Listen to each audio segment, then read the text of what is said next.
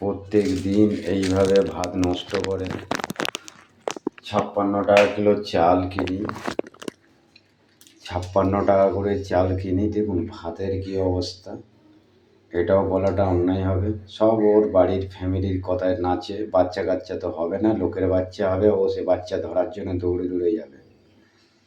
ঠিক আছে, আমার আরও কিছু বক্তব্য আছে। সবাই দেখুন, এই ভাতটাকে মানুষ 56 টাকা চাল কিনে খেতে পায় না। ভিখারিরা রাস্তায় ঘুরে ঘুরে বেড়ায়, রাস্তায় লোক খেতে পায় না, রাস্তায় কুকুরের মতো লোক ঘুরে ঘুরে বেড়ায় যে খাবারের দুটো আশায়। আর আমার ঘরে 9 বছর ধরে বাচ্চা দিতে পারে না, কিন্তু লোকের বাচ্চা ঘরে ঢুকিয়ে গাঁড় মাঝে গিয়ে সব কিছু করতে পারবে, কিন্তু ঘরকে আগুন জ্বালিয়ে পরের কথা শুনে নাচে, ওঠে আর বসে। লোকের কথা উঠবে আর বসবে, এই হচ্ছে আমার। আমি অবশ্য এটা আমার বলার কিছু কিছু জায়গা নেই, কেননা এটা দেখানো আমার বড় অন্যায় হবে হয়তো। ঠিক আছে, আজকে থেকে আমি এই ডিভোর্সের মামলা শুরু করব, স্টার্টিং আজ থেকে।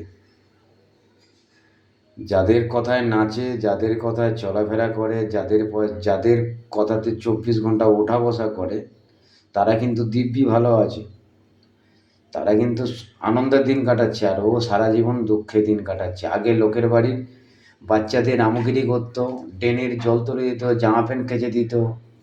ঠিক আছে, লোকের বাড়ি ঝিঝাগুড়ি কাজ করতো, করানোর পরে কাজ শেষ হয়ে গেছে। এখন সেই সব কাজ নিয়ে তাদের বাচ্চা কাচ্চা এবার বড় হয়ে বিয়ে ফিয়ে বাচ্চা কাচ্চা হচ্ছে, ও এখন আর দিব্যি দেখো আনন্দ ফুর্তি করছে।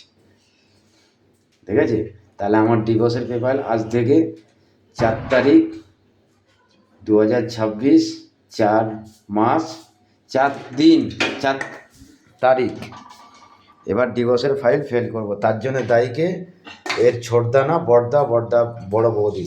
আমি এটা প্রোফাইলে